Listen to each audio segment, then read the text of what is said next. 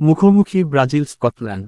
বিশ্বকাপের নকআউট পর্বে জায়গা নিশ্চিত করার লক্ষ্যে এখন মায়ামিতে মুখোমুখি হচ্ছে ব্রাজিল স্কটল্যান্ড।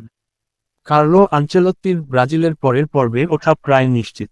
অন্যদিকে হারলেও ইতিহাসে প্রথমবারের মতো নকআউট পর্বে ওঠার সুযোগ থাকতে পারে স্কটল্যান্ড।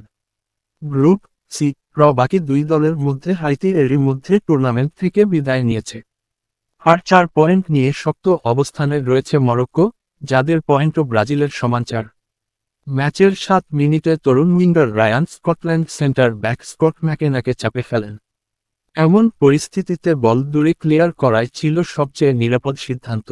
কিন্তু ম্যাকেনার প্রথম ছোঁয়াটাই ছিল নলব্রে। সুযোগটা কাজে লাগিয়ে বল দখলে নেন ভিনিসিউস। এরপর আর ভুল করেননি ব্রাজিল তারকা।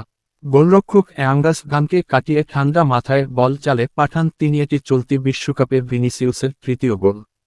স্কটল্যান্ড বিপক্ষে আবার গোল করেছিলেন ভিনিসিউস, কিন্তু গোলের আগে স্কটিশ ডিফেন্ডারকে ফাউল করায় ভিএআর যাচাইয়ের পর বাতিল করা হয় গোলটি।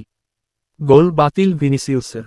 প্রথমার্ধে যোগ করার সময়ে 45+3 ব্রুনো গিমারাইসের ক্রস থেকে হেডে দ্বিতীয় গোল ভিনিসিউসের। গোল করে কর্নার ফ্ল্যাগের কাছে গিয়ে একটু নেচে নিলেন ভিনি। গ্যালারিতে নাচছেন ব্রাজিলের সমর্থকরাও। Goal Vinicius 2-0 Scotland. Alisson, Danilo, Marquinhos, Gabriel Magalhaes, Douglas Santos, Casemiro, Bruno Guimaraes, Lucas Paqueta, Rayan, Matheus Cunha ও ভিনিসিউস জুনিয়র।